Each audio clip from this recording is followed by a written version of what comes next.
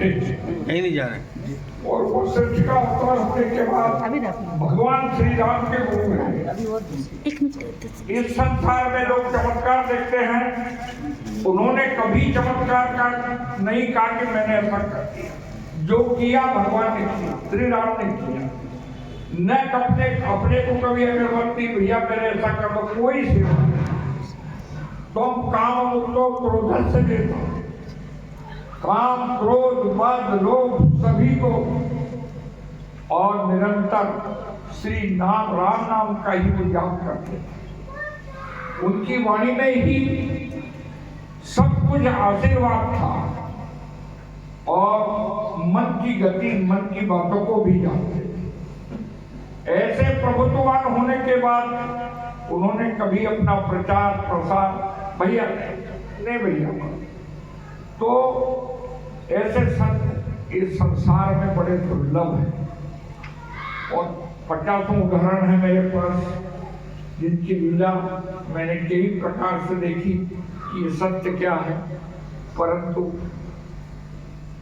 तिलक जी पूरे भारत का भ्रमण करके, मां नर्मदा की 3 परिक्रमा करके भी आए, और मैंने गुरु किसी को नहीं माना, कुछ न कुछ इनके पास आए तो वो यहीं के हो गए। ऐसे बड़े बड़े संत आए। श्याम जी कान्हा बाबा का नाम सुन करके सोडरपुर आए। कान्हा नाम का कोई ब्राह्मण है, तो मैं उससे दीक्षा आए, देखा यहाँ बड़े उदास हो गए। वृंदावन से आया हूँ, कोई गुरु योग्य नहीं। एक दिन एक वृक्ष के नीचे विश्राम करने लगे और बोले कि मैं गुरु के लिए आया, पर गुरु योग दिया, क्या करूं? हे कन्हैया तुम ही बताओ। भगवान श्री कृष्ण ने स्वप्न में कहा या जागृत में कहा कि यहाँ से थोड़ी सी दूर नानवा कुटी है, वहां एक संत रहते हैं। अरे पगले चले जा, मेरे अगले जन्म के गुरु हैं वो। जब श्याम जी नानवा कुटी समझ आया कि तो वशिष्ठ का होता, तब इनकी दीक्षा से हम लेने गए। तो ऐसा है, बड़े विचित्र कथाएं हैं। और तिलक जी ने कहा कि मैंने भारत भ्रमण किया, कई राष्ट्रों में देखा, संत ही नहीं कोई अच्छी। जब वो आए तो जिस दिन विचार हुआ कि मैंने न दुश्मन में कोई बुराई देखी, सवेरे बोलूंगा कि आप दीक्षा दे दो, मुझे विदेश जाना है। तो गुरु महाराज ने रात को दीक्षा दी। सवेरे उठे तो प्रणाम करने, तो उन्होंने बोला भैया रात को ही सब कोई हो गया, आप क्या करना है? तो आज को दीक्षा मिली तो जागृत में। तो ये तो परम दयालु थे।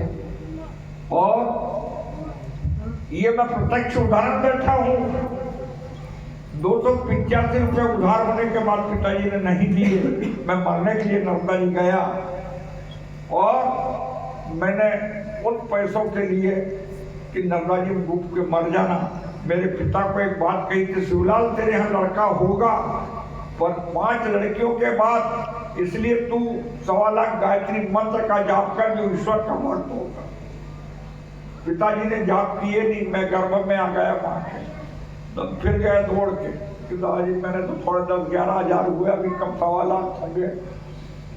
जब बद्रीनाथ जब वहाँ 1 का 1000 गुना फल है। मेरे पिताजी चमोली से पैदल चल के बद्रीनाथ गए और वहां जाप किया। उसके 2-4 महीने बाद मेरा जन्म।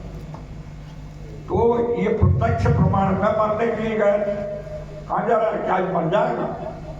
हाथ पकड़ आए को पैसे के लिए मर रहा, बनिए को उधार होगा देते, यही रोटी खाओ यहीं रहो। मैं वहीं रुक गया।